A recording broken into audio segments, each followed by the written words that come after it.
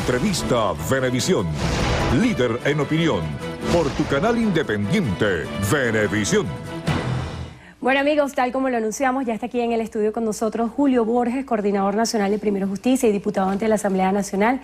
Gracias por estar con nosotros. Gracias, Andrina, por esta invitación. Muy contento.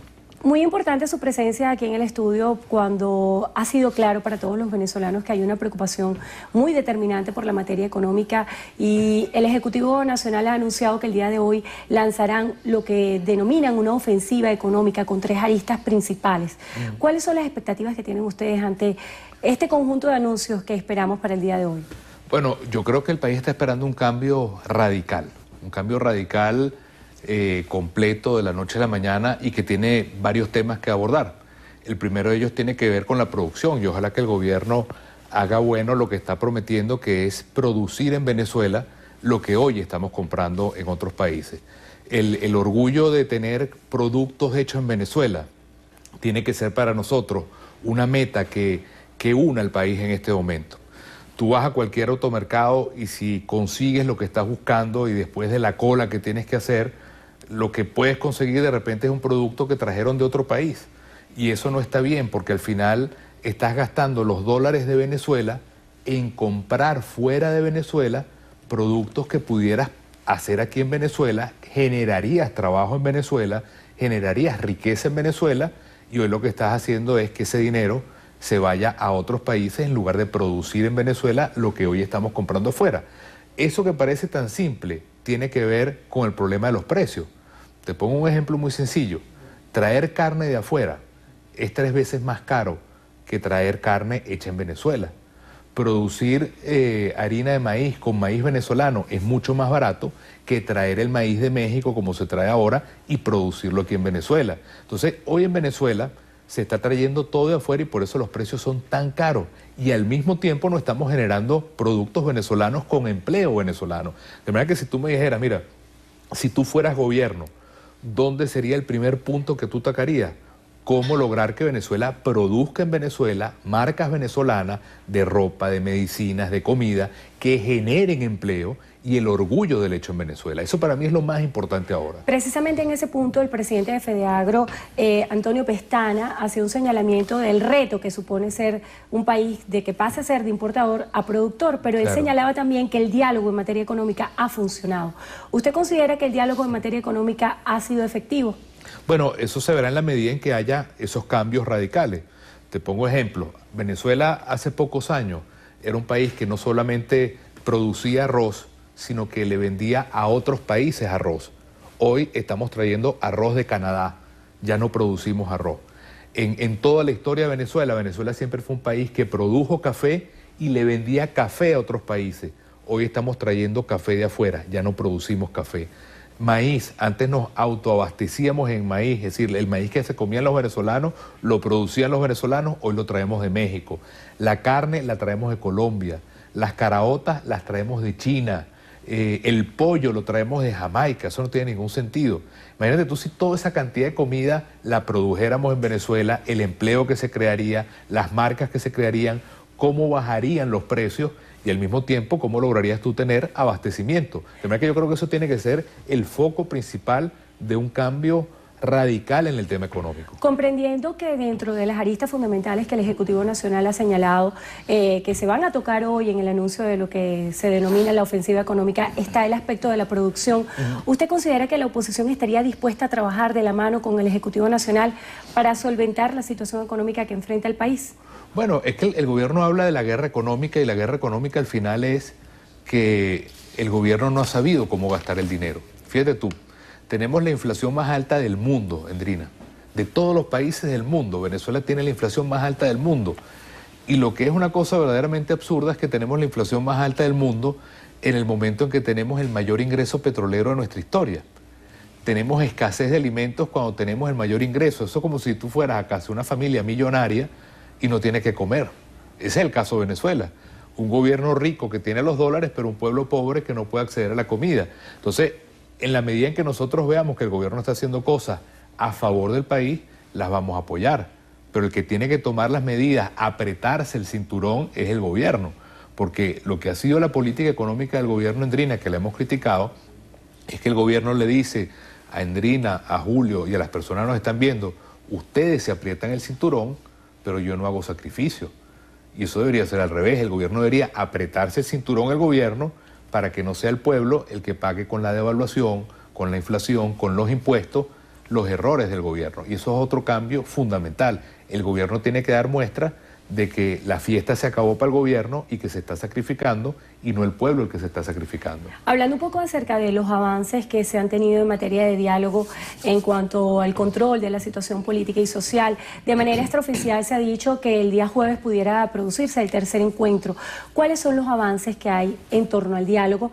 Y quisiera preguntarle precisamente, tomando de la mano el tema del diálogo y las protestas de calle que usted advertía el día que estaba en la locución en cadena nacional, que el diálogo no significaba que iban a cesar las protestas en las calles, y efectivamente así lo hemos visto los venezolanos. ¿Cómo comprender, como decía Bonnie Simonovic, que el diálogo es una forma de lucha y poner freno a las guarimbas que, por ejemplo, azotaron el día de ayer por 10 horas al este y sureste de Caracas? Sí, son dos cosas que se complementan. Y yo lo decía el día de la cadena en Miraflores. La protesta pacífica, la protesta constitucional, la protesta legal tiene que seguir en la medida en que sea pacífica, constitucional y dentro del marco de la ley, esa presión social por el cambio. Y al mismo tiempo el diálogo tiene que seguir, son dos cosas que van acompañadas. Diálogo sin protesta no va a ningún lado, protesta sin diálogo tampoco va a ningún lado. Entonces, ¿qué es lo que creo yo? Que hemos puesto sobre la mesa unos temas para el cambio que yo creo que son importantes. Uno de ellos es el tema de la Comisión de la Verdad, que podamos tener una comisión nacional donde haya personalidades que el país respete, que sea presidida por una persona que sea independiente, que el país también le merezca respeto y que reconstruya qué cosas hay que cambiar en el país para que más nunca tengamos la violencia, las protestas y las violaciones de derechos humanos que vivimos en estos días. Otro tema fundamental es que se revisen los casos de las personas que están exiliadas fuera de Venezuela o las personas que están presas en este momento, para que esas personas puedan revisarse los casos políticos y salir en libertad. Y otro tema que me parece muy, pero muy importante es el tema de que nosotros podamos tener el desarme de la población, el desarme de los colectivos, que eso sea con la supervisión internacional y luego el nombramiento de nuevas instituciones, un nuevo CNE que sea independiente, que refleja el país y no a ningún partido político, una nueva Defensoría del Pueblo, una nueva Fiscalía, un nuevo TCJ. Afortunadamente todas estas instituciones se vencieron sus periodos y se deben nombrar este año. Aprovechemos para que sean personas que estén al servicio del país y no al servicio de un color político. Eso también es fundamental. Sin duda alguna, pero también es fundamental establecer las diferencias entre lo que pudiera ser una protesta pacífica y el significado que tienen las llamadas guarimbas. Sí. Para usted, diputado, ¿las guarimbas son una forma de protesta pacífica?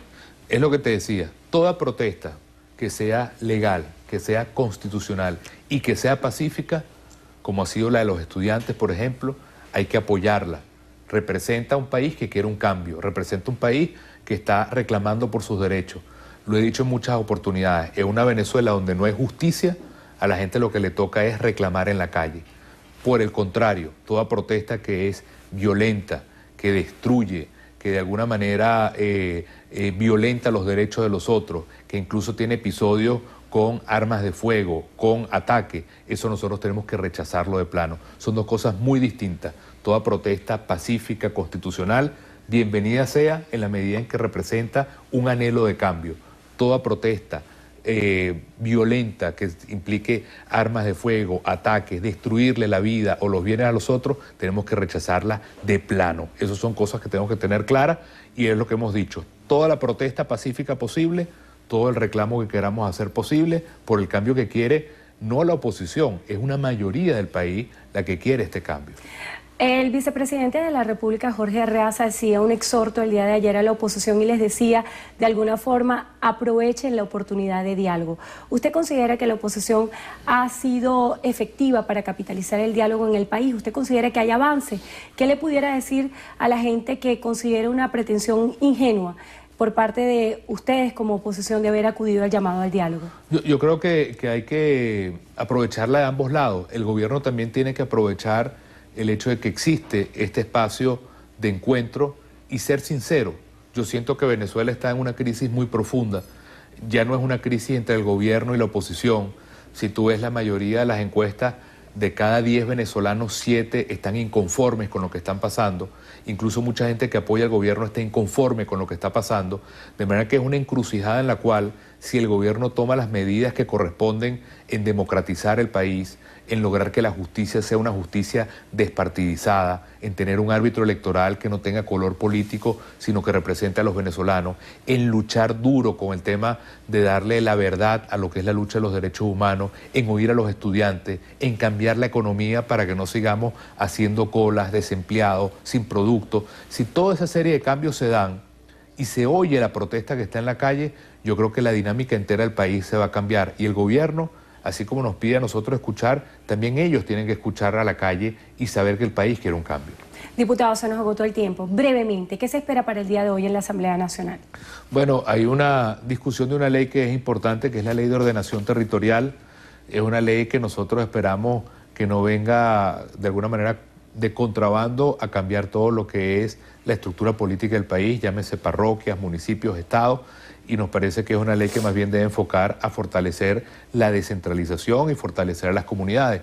Y lo otro, que hay una larga cola de leyes que están esperando. Lo dije el día de la cadena nacional, el Cesta Ticket para nuestros pensionados, siempre insisto en esa ley, la ley del primer empleo para los jóvenes, la ley de producción nacional, son cosas que queremos que se terminen de aprobar en la Asamblea. Bueno, le damos las gracias al diputado Julio Borges, coordinador nacional de Primero Justicia, por haber estado con nosotros hoy en Entrevista a Venevisión. Gracias, Nos Andreina. pasamos de tiempo.